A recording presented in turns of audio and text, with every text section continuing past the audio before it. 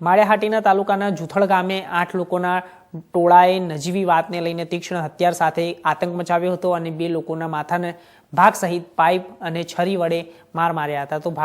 જ્યારે ભાવિક મકવાણા અને રોહિત સોદારાને ગંભીર ઈજા પહોંચી હતી અને આ બાબતે માળિયાહાટીના પોલીસે આરોપીના કલાકોમાં ઝડપીને ગંભીર કલમો હેઠળ ગુનો નોંધીને કાયદાનું ભાન કરાવ્યું હતું. જૂનાગઢ જેલના હવાલે કરી દીધા હતા અને આરોપી મહેશભાઈ ઉર્ફે કાનો ચંદુભાઈ પરમાર અને રવિ હસમુખભાઈ રાઠોડ, જિગ્નેશ ઉર્ફે જગો, પરેશભાઈ બગડા, રાજેશ ઉર્ફે બાપુ નારાયણ સોલંકી, ચંદુ પૂજા પરમારના કેશોદ સેશન કોર્ટે જામીનના મંજૂર કર્યા હતા, જેમાં માળિયાહાટીના સુમારા દ્વારા સોગંદનામું રજૂ કરવામાં આવ્યું હતું તેમજ સરકારી વકીલ ડીસી ઠાકર દ્વારા ધારદાર દલીલો કરવામાં આવી હતી, જ્યારે વકીલ અને MN મકવાણા દ્વારા પણ વાંધા અરજીઓ રજૂ કરવામાં આવી હતી, જ્યારે